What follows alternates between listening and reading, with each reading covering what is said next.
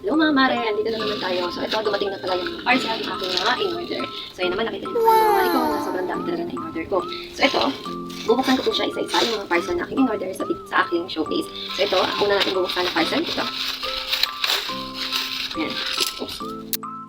So ito po palang ballpen na to is 12 pieces na in-order ko. So sa Maria Yes lang po ito in-order ko. So next na bubuksan po natin is from shop ng One Grocery Shop. So ito yung second parcel natin bubuksan, guys.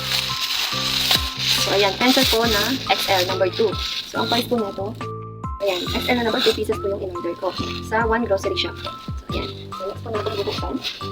Susunod natin bubuksan is MAC Beauty. So, ito po yung third parcel na ating bubuksan. In-order ko is mga pearl na hikaw. So, ayan. Kita nyo naman, ayan, pearl na hikaw. So, next na bubuksan natin ang apat na parcel. Ito.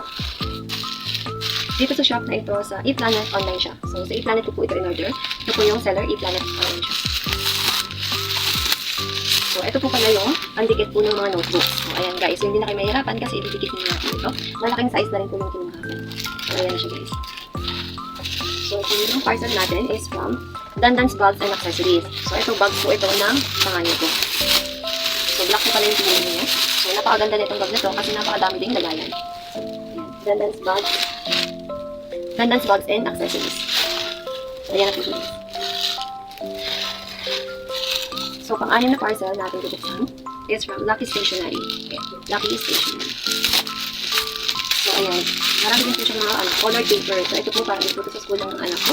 So, ayan. Binili ko na rin po siya sa Lucky Stationery. So, ang itong parcel natin is from M-Mark W.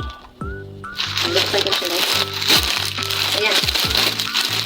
Ito po pala is mga medyas po. So, ayan, in-order ko po. So, ayan, yung shop niyo po is i-click nyo lang po sa ating video. So, ayan siya guys. Medium size, tsaka large size. 12 pairs. 12 pairs na siya.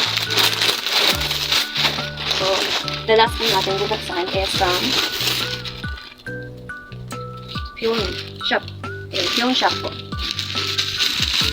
So, ito po is bag po ng ating dalawang anak na dito. At saka so, same lang po yung kinuha ko na bag para hindi po sila magkainitan.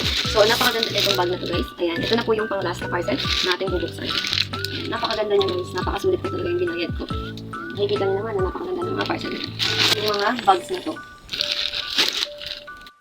So, ayan siya guys. Sobrang dami ng parcel. Pwede natin gamitin para sa ating mga anak ko. So, ayan na po yung mga binili ko sa mga seller na binanggit ko. Maraming salamat. Click on my yellow button.